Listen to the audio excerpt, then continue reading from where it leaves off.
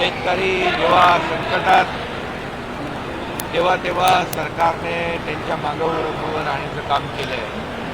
आणि आम्ही नेहमी सांगतो, राज्याच्या तिजोरीवर पहिला अधिकार कुणाचा असेल तो आमच्या बळीराजाचा. आणि त्यामुळे काल अंतिम आठवडा प्रस्तावाच्या उत्तरामध्ये मुख्यमंत्री महोदयांनी ज्या कर्जमाफीमधल्या ज्या अटी होत्या त्या अटी काढून टाकल्या, कमी केल्या. 50,000ची अट देखील काढून टाकली.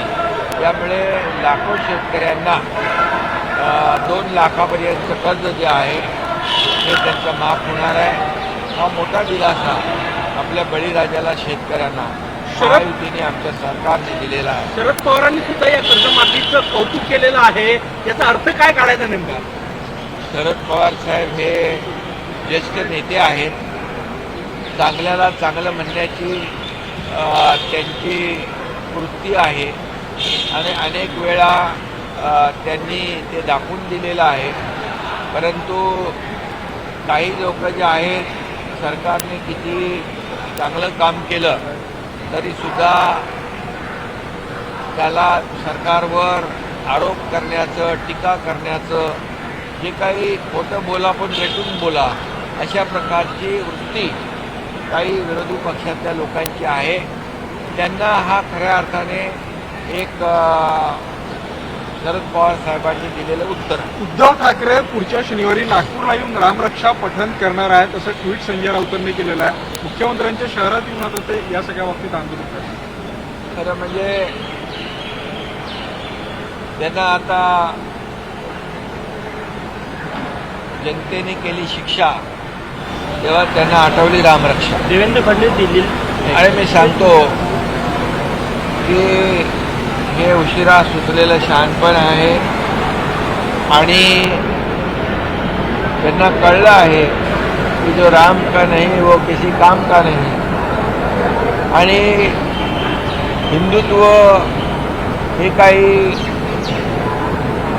आपण जसं टी शर्ट बदलतो तसं हिंदुत्व बदलता येत नाही. ते मनातून असावं लागतं. बाळासाहेबांचे विचार जेव्हा त्यांनी सोडले तेव्हाच त्यांचं राम रक्षा असू द्या, अयोध्या मंदिरावर अनेक वेळा टीका करणाऱ्यांनी आता रामरक्षा म्हणणं एक मोठा विनोद आहे. आणि ज्यांनी हनुमान चालिसा म्हणणाऱ्यांना जेलमध्ये ठोसलं, जेलमध्ये टाकलं, आता रामरक्षा चांगलं आहे. संजय राऊत म्हटले की फडणवीस साहेब दिल्लीत जाणार आहे. जिस तरीके से फडणवीस साहब दिल्ली जाना बात आपने की थी, मुद्दा कहाँ तक पहुँचा है? क्या वहाँ पे भी बड़े पैमाने पे भ्रष्टाचार हुआ है? किस तरीके की बात सामने आ रही है यहाँ पर? सिद्धिविनायक भी जिस तरीके से देखिए, मैंने कहा क्या, मैंने बताया कि जो एक जभी वो किलेदार जो मनसे के पदाधिकारी हैं उन्होंने प्रेस कॉन्फ्रेंस ली थी और वो प्रेस कॉन्फ्रेंस का मैं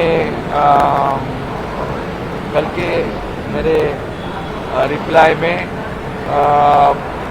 उसका मुद्दा दिया था कि सिद्धिविनायक मंदिर में जब गड़बड़ी हुई थी तभी मुख्यमंत्री रह चुके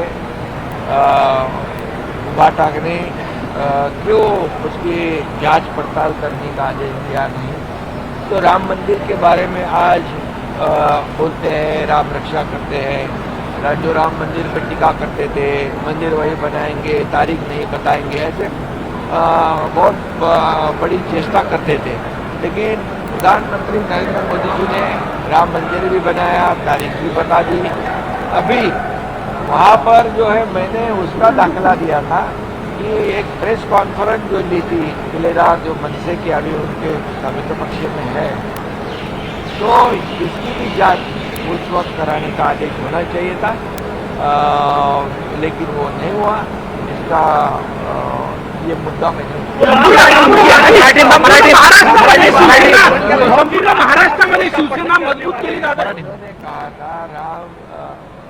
कहा था किलेदार जी ने, मनसे के लीडर ने, कि सिद्धिविनायक को धोके और वहाँ पहुँचे. देखो, अब ये मेरा नहीं है बोलना, मैंने नहीं बोला है, ये उन्होंने प्रेस कॉन्फ्रेंस किया था, उसका दाखिला मैंने दिया है।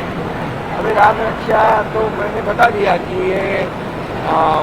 ये तमाम करोड़ों राम भक्तों की एक आस्था का विषय है, श्रद्धा का विषय है। जो हुआ है उसकी जांच शुरू है और उसमें कोई भी नहीं छूटेगा। आपको तो पता है कि मोदी जी की भूमिका क्या है, ना मैं खाऊंगा ना मैं किसको खाने दूंगा, चोरी तो करने की दूरी को दूर की बात है। इसलिए मोदी जी और योगी जी जिन्होंने इसमें गलत काम किया होगा उनको जेल में, बिल्कुल जेल के सलाखों के पीछे अंदर डाल देंगे, ये विश्वास है। ये करोड़ों करोड़ों राम भक्तों का ये संवेदना का विषय है, श्रद्धा का विषय है। तुमच्या नेतृत्वात संपूर्ण महाराष्ट्रात शिवसेना मजबूत केली जाते, विदर्भातही वेगानं काम सुरू आहे, परंतु आमदारकी किंवा इतर संधी देताना नवीन पक्षात आणि त्यांना पहिले संधी दिली जाते, असं काय होतं? पक्ष त्यावेळेला जी काही समीकरणं आहे पक्षवाढीसाठीच करावी लागतात आणि पक्ष वाढला तर सर्व कार्यकर्त्यांना संधी देता येते। त्यामुळे हे ज्या पद्धतीने लोक येतात शिवसेनेमध्ये, शिवसेना एक दिलेला शब्द पाळणारा पक्ष आहे, दिलेला विश्वास सार्थ करणारा पक्ष आहे, कमिटमेंटचा पक्का पक्ष शिवसेना। एकनाथ शिंदेवर लोकांचा विश्वास आहे म्हणून